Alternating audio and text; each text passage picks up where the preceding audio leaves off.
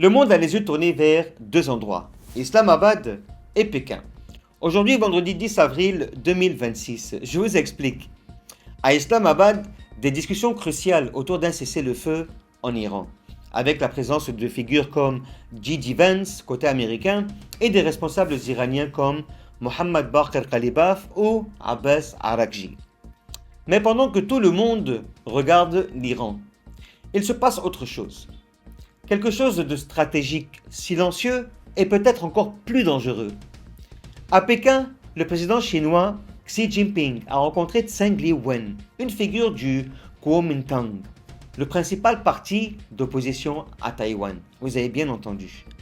À cette réunion change tout.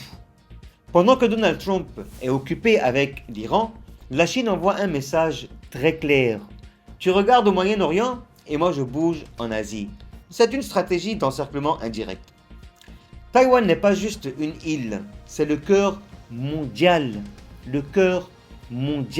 des semi-conducteurs, dominé par TSMC, essentiel pour les technologies, l'intelligence artificielle et même les systèmes militaires modernes.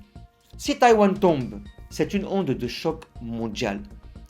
La stratégie chinoise repose sur trois axes. D'abord, une pression militaire avec des manœuvres autour de Taïwan, la fermeture d'espaces maritimes et aériens et une présence navale accrue. Ensuite, une présence politique avec un rapprochement avec Kuomintang et le blocage de certains accords militaires avec les États-Unis. Enfin, une pression économique avec le contrôle des terres rares et une influence sur les chaînes d'approvisionnement mondiales. Les États-Unis se retrouvent dans une position très délicate. Engagés en Iran avec des stocks militaires sous pression et une dépendance partielle à la Chine pour certaines ressources, pendant ce temps, leur dispositif en Asie pourrait être complètement affaibli. À cette réunion, Xi Jinping envoie un message très douloureux aux États-Unis. Je peux résoudre Taïwan sans guerre, mais seulement si un accord global est trouvé.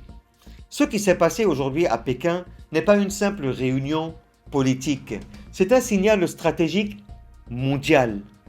Pendant que l'Amérique regarde l'Iran, la Chine redessine l'équilibre des puissances. C'est incroyable. Et maintenant la vraie question. Pendant que les États-Unis sont concentrés sur l'Iran, la Chine est-elle en train de préparer le terrain pour prendre le contrôle de Taïwan sans déclencher une guerre ouverte? Mettez-moi ça en commentaire.